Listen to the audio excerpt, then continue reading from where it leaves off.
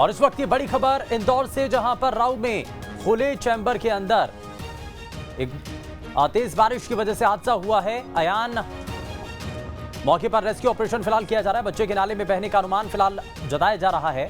राव में खुले चैम्बर में 12 साल का बच्चा गिरा है। और मिथिलेश हमारे संवाददाता जुड़ चुके हैं ज्यादा जानकारी के साथ। मिथिलेश, क्या अभी तक जानकारी मिल रही है? रेस्क्यू ऑपरेशन किया जा रहा है।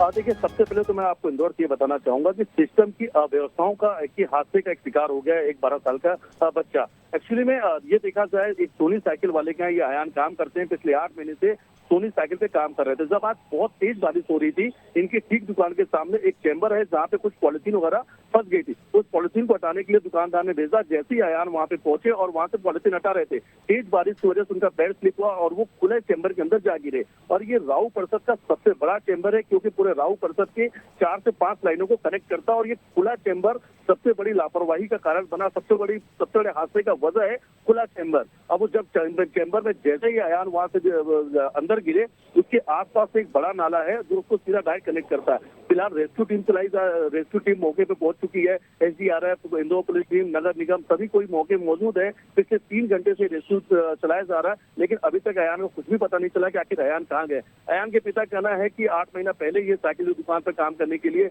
लगे थे। रहने वाले महू के रहने वाले हैं और पॉलिथीन हटाने की वजह से ये हादसा हो गया। लेकिन सबसे बड़ी ये वजह ये है कि जब बरसात आने वाली है, जब बरसात शुरू होने वाली है, उसके पहले सारी चीजों को दुरुस्त करना होता है, व्यवस्थाओं का जायजा लिया जाता है। लेकिन इस बीच में एक बड़ी खबर और एक बड़ा हादसा सामने हो जाता है, वो भी खुले चैम्बर की वजह से। चैम्बर खुला हुआ था, यानी कि चैम्बर खुला हुआ था और इसी वजह से पूरा हादसा हुआ है। मिथिलेश, मैं जरा वापस लौटता हूं, लेकिन जरा ये तस्वीरें दिखा दूं अपने सभी दर्शकों को। और ये तस्वीरें देखिए, ये चैम्बर खुला हुआ था और ये बारिश होने के बाद 12 साल का बच्चा, जो कि अयान बताया जा रहा है, जिसका नाम अयान है, वहां पर पहुंचता है। कूड़ा वहां पर इकट्ठा हो जाता है, पॉलिथीन वहां पर अटक जाती है, जिसकी वजह से पानी का जो फ्लो है वो सही तरीके से वहां पर उस चैम्बर के अंदर नहीं जा रहा होता है। इसी पॉलिथीन को हटाने के चक्कर में, वहां पर जो गंदगी थी उसको हटाने के चक्कर में ही अयान, जो कि 12 साल का बच्चा था, जिसकी उम्र 12 साल थी, वो इस चैम्बर में जा गिरा। और ये चैम्बर बताया जा रहा है, जितना अलग अलग पूरे क्षेत्र का जो पानी बह करके इस चैम्बर में होता हुआ जाता है, और अभी तक भी अयान के बारे में कोई सुराग नहीं मिल पाया है। 12 साल उस बच्चे की उम्र है। और ये न्यूज स्टेट पर एक्सक्लूसिव तस्वीरें आप देख रहे हैं। ये आसपास का पूरा इलाका आप देख रहे हैं और यहां पर ढलान भी बनी हुई है। बकायदा जो आसपास के क्षेत्र का पानी है वो इस टूटे हुए चैम्बर में आता है और इसी से जो परेशानी है वो बढ़ती हुई नजर आती है। और मिथिलेश, हमारे संवाददाता लगातार हमारे साथ बने हुए हैं। मिथिलेश, अभी तक रेस्क्यू ऑपरेशन कितना कदम आगे बढ़ चुका है? आप जैसे कि बता भी रहे थे, अयान के बारे में कोई जानकारी नहीं मिली है, तो इसके लिए कुछ और आगे कोशिश की जा रही है रेस्क्यू ऑपरेशन टीम के द्वारा?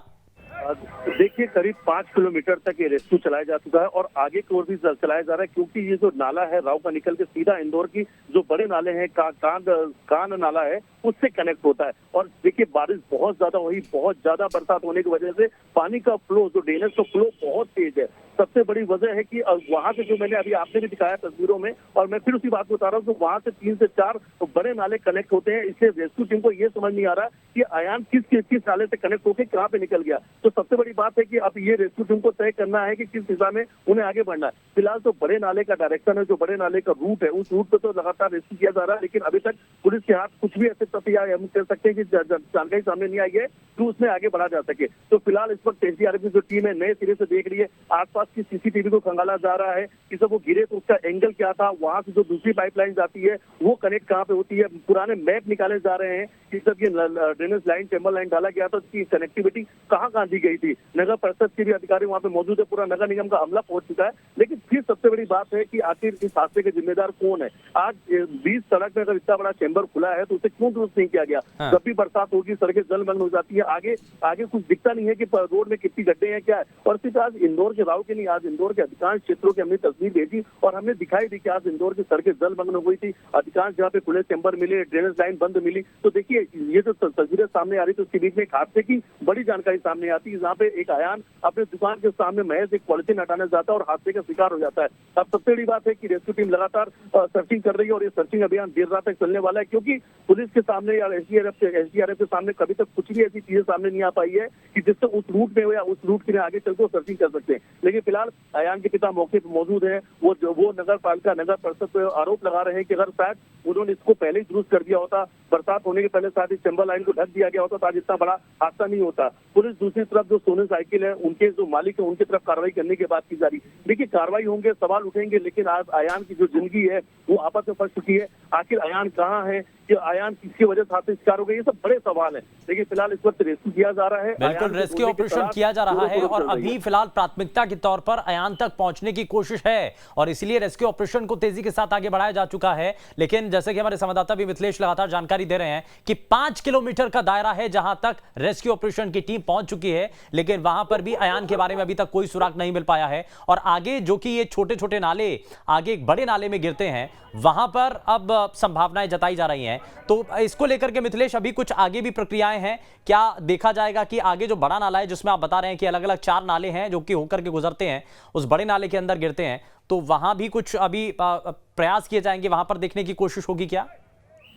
देखिए रेस्क्यू टीम के सामने आज सबसे बड़ी चुनौती है कि आज इंदौर में बहुत ज्यादा बरसात हुई है और जितने भी नाले वो ओवरफ्लो है, पानी की रफ्तार बहुत ज्यादा है और उस पानी की रफ्तार के बीच में उसे तलाशना, सर्च करना बहुत मुश्किल हो रहा है। जैसा मैंने आपसे कहा कि आज इंदौर में बहुत ज्यादा बरसात हुई है जिसकी वजह से लोगों के घरों में पानी भर गया, पूरी सड़कें जलमग्न थी, ड्रेनेज लाइन पूरी तरीके से ओवरफ्लो होकर बह रही है। तो देखिए तेज बहाव के बीच में अयान को ढूंढना बहुत बड़ी चुनौती इनके सामने है।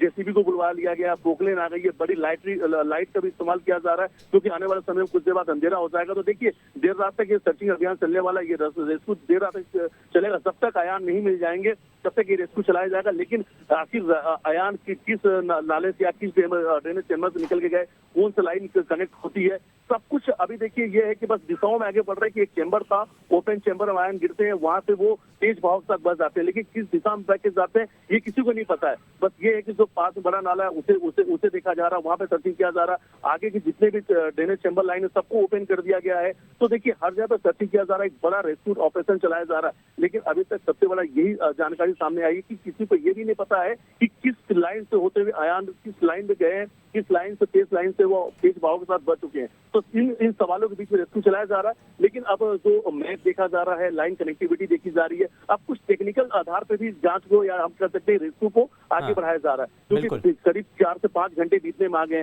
रेस्क्यू चलाते हुए। कई किलोमीटर तक हमने देख लिया, कहीं पे कुछ हमें चीजें सामने नहीं मिल रही है, अयान कोई पता नहीं चल रहा है। तो अब अयान को तलाशने के लिए कुछ अब जो मैप है या लाइन की जो लाइन है उससे और कहाँ जाया जा सकते हैं, या कि तेज रफ्तार थी तो जो चिड़ियाघर के आसपास या माड़ी बाग के आसपास में जहाँ बड़े ड्रेनेज चैम्बर बनाए जाते हैं, जहाँ पे लॉकिंग किया जाता है, जहाँ पे अगर कोई बड़ा कचरा आता है या कोई चीज आता है तो वहाँ पे रुक जाता है। हाँ। अब वहाँ पे भी तलाश किया जा रहा है। हाँ, और ये एक लास्ट स्टेज होगी जहां पर चेक भी किया जाएगा और इसके लिए रेस्क्यू ऑपरेशन टीम जाहिर तौर पर वहां तक भी पहुंचेगी। लेकिन मिथिलेश अपने आप में बड़ा सवाल खड़ा होता है कि ऐसे जगह जगह पर ये आप ऐसे ही चैम्बर खुले रहते हैं